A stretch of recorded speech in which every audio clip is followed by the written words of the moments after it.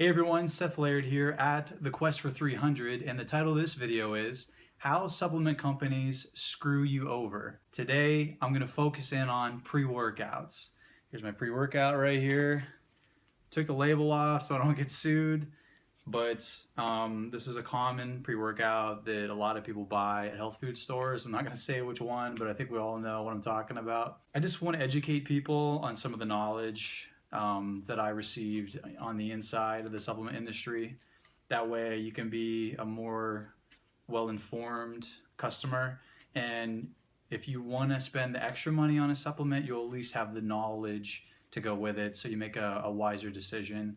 One thing I hate to see is young kids in their teens and early 20s. They barely make any money and they'll go drop, $50 to $100 on one supplement. And it's just really sad. And I just got so sick and tired of seeing it that I just feel like I gotta reach out and educate on what the supplement industry does to rip people off, how they make their money, and what you can do, logical steps that you, the consumer, can take to be a smarter purchaser and get more bang for your buck. Because in the end, we want a good product, and we don't want to be spending, $50 to $100 on a pre-workout because it just doesn't make any sense. So for right now, I'm just going to break down basically the markup that the supplement industry puts on pre-workouts. Now, generally speaking, in the industry, a supplement company will mark up a pre-workout, just a regular pre-workout, 70 to 80%. So that means, in other words, if you're buying a supplement for $100, it costs the company that produces it about $15 to $30 to make. That just gives you a little bit of an idea of the amount of value they put into it and how much you're paying for it. Look at the label. A lot of companies purposefully will use what's called a proprietary blend. Now, what a proprietary blend is, it's basically just a laundry list of different ingredients, and after the list of 5 to 10 ingredients, it'll say like 2,000 milligrams, 5,000 milligrams. Well, the reason that supplement companies say they do that is they don't want to have another competing company rip off or steal the ingredients of their product.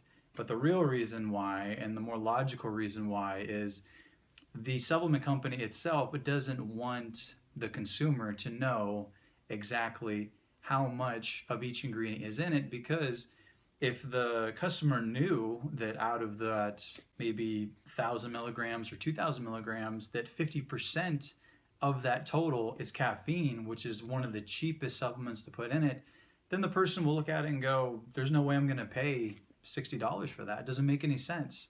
You could just drink a cup of coffee for like $1. You would get a better pump and everything out of that. So that is one way that supplement companies try to deceive the consumer, and I've seen it for years. And it just makes me sick now when I see it. And the better supplement companies don't do that anymore. They will totally do away with proprietary blends, and they will show you each individual ingredient on there. And if you do enough research, you'll be able to tell which supplement companies are more honest than others that don't do that. So that's the first thing. My suggestion is, when you're purchasing a pre-workout using your smartphone, the calculator on there, you want to divide the number of dollars, the total dollars of that it costs for the supplement. So you take the total dollars, so if it's like $50 is the supplement, you want to divide it by the number of servings. That way you get the per serving cost of the pre-workout. Most pre-workouts will have 30 servings because it's supposed to last for about a month.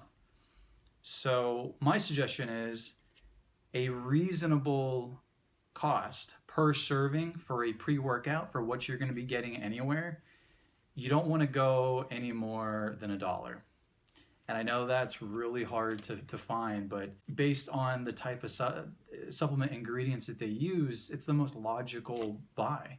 So what I do is I'll go to a big box retailer like Costco.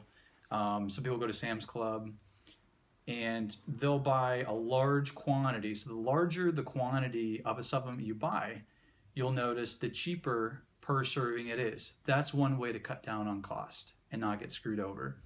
Another way is you can go into those retailers, the major retailers that sell pre-workouts, just go straight to the clearance section. So a lot of times the products that are on clearance will be marked down 25 to 75% off.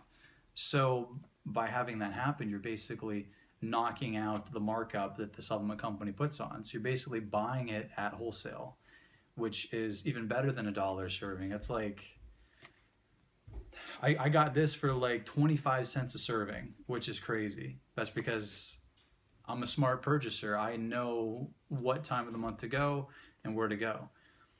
But that's another way to do it. Another way is to purchase individual units in larger quantities. Now, I would suggest doing this online because you're going to probably get a better deal, and because they usually have more in stock. But that's another way to prevent yourself from getting screwed over by a supplement company. One last way, and this is something that I've done in the past, is you buy the key ingredients separately. So like caffeine. Caffeine is one of the cheapest supplements to buy. Buy caffeine Buy caffeine pills separately. Buy taurine separately. Buy arginine separately. Buy carnitine separately. And if you do that and take those pills individually before your workout, you'll get a great workout, and again, per serving, you're going to save a ton of money. Another way that supplement companies screw the consumer over is with their marketing. Almost all the people in the fitness industry that get sponsored that you see in magazines are taking steroids. I mean, it's just the truth. It's a cold hard fact of the industry that people don't want to talk about or acknowledge. Speaking for myself, as a teenager, I really believed that everybody in the magazines were steroid free and they were living a healthy lifestyle and they were taking the supplement that they were promoting. But it just isn't true. And that's another way that supplement companies deceive people. If you as a consumer know and can accept and acknowledge the truth that the people that are selling the product aren't just taking the product, or they might not even take the product, then you'll look at the product as just less value. It's not going to be worth $100 for you. It's going to be, maybe $30 is the value. And if people are a more educated and disciplined purchaser, then nobody's going to buy this for $100. And if nobody buys this for $100, then the supplement companies can't sell it for $100. They got to sell it for $1 serving. They got to sell it for $30. So if we as a community in the health industry all come together and just refuse to purchase things at full price that are obscenely overpriced, then the market is going to reflect that, and the supplements are going to be a lot more reasonable. So that's my suggestion to everybody out there that's watching this. That's what I've been doing, and I would strongly recommend doing that. It'll benefit you and it'll benefit everyone else, and you're gonna have more money to buy real food and things that actually work. Well, everyone, thanks for watching my video on how the supplement industry screws people over. If you want to get future videos on things the supplement industry does to people and what to look out for, subscribe. Later.